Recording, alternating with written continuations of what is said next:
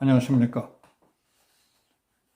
박정희 대통령은 폐허 위에 국가 발전과 번영의 토대를 쌓았습니다.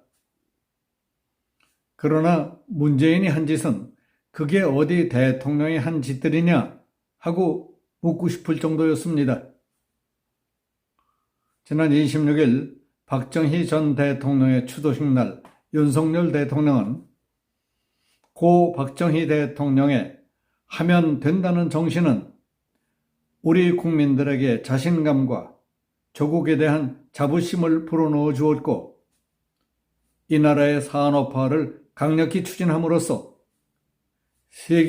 세계사적인 위협을 이루어내셨다고 말했습니다. 이는 전쟁의 폐허와 굶주림, 절망 속에서 헤매던 국민들에게는 하면 된다 하는 정신을 일깨웠던 것이고, 부정부패와 사리사욕, 정쟁에만 몰두했던 정치권에게는 심각한 민생 문제 해결을 과제로 제시했던 겁니다. 그리고 박정희 대통령 자신은 전쟁의 폐허와 굶주림, 텅 빈 국고, 절망하는 국민들의 맨 앞장서서 사람들을 모으고 머리를 짜내며 헌신적으로 노력했습니다. 그러나 1961년 5.16 당시 전쟁의 폐허와 굶주림, 절망 속을 헤매는 국민과 거덜난 국고로 해낼 수 있는 일이라고는 하나도 없었습니다. 급한 대로 돈이라도 빌려야 했겠지만은 세계에서 가장 가난한 나라, 더구나 전쟁으로 폭삭 거덜난 거지 국가에 돈 빌려줄 나라가 어디 있었겠습니까? 그럼에도 불구하고 박정희는 5.16 혁명 공약을 통해 다짐했던 안보 국방의 핵심인 반공태세의 재정비 강화, 절망과 기아선상의 민생고 해결, 국가 자주경제 재건 등의 총력을 기울였습니다. 정부와 국민의 피나는 노력으로 1960년대에 굶주림의 보릿고개를 해결했습니다. 세계에서 가장 가난하고 어렵던 최빈국 그룹에서 벗어나 개발도상국이란 명칭이 붙었습니다. 그리고 국민들은 하면 된다는 자신감을 갖기 시작했습니다. 폐허와 절망을 뚫고 이 정도의 변화를 이끌어낼 수 있었던 힘은 결국 돈이었습니다. 그렇다면 그 종잣돈은 누가 어떻게 마련한 것이었을까요?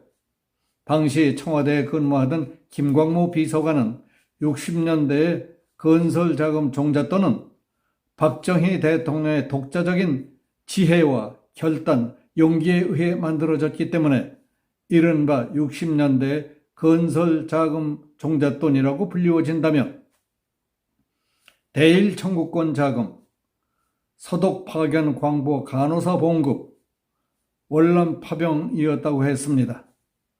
그 종잣돈 덕분에 1, 2차 경제개발 5개년 계획의 근간인 공업 입국과 수출 제일주의를 계속 밀고 나갈 수 있었습니다.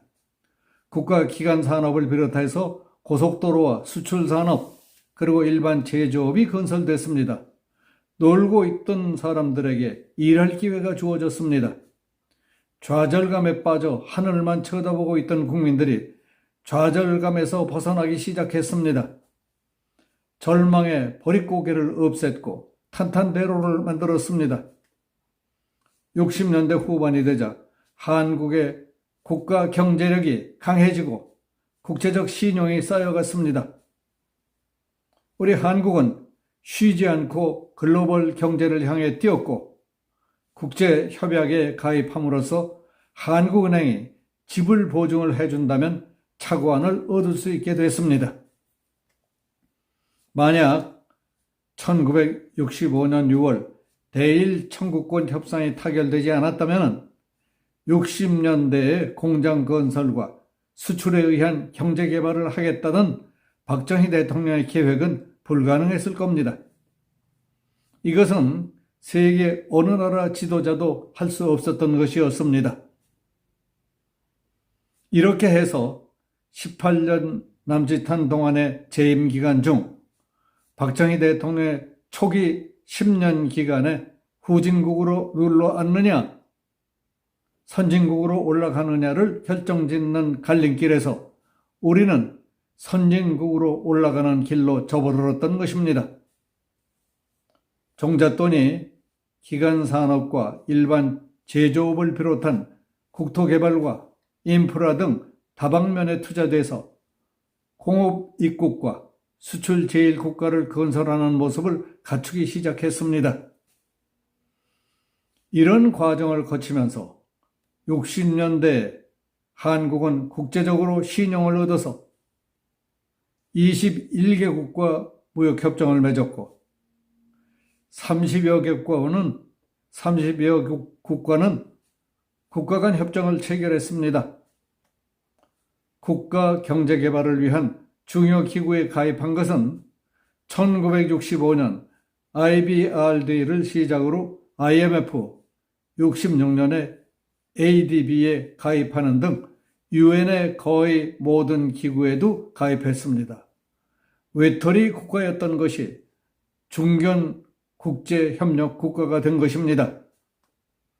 이상과 같이 박정희 대통령은 전쟁에 패허해서 일본의 청구권 자금, 독일의 광부와 간호사 파견, 월남 참전, 중동 건설 수출 등 우리가 활용할 수 있는 모든 역량을 기울이고 국민의 피땀으로 만든 돈으로 오늘날 번영의 터전을 차곡차곡 쌓았던 것입니다.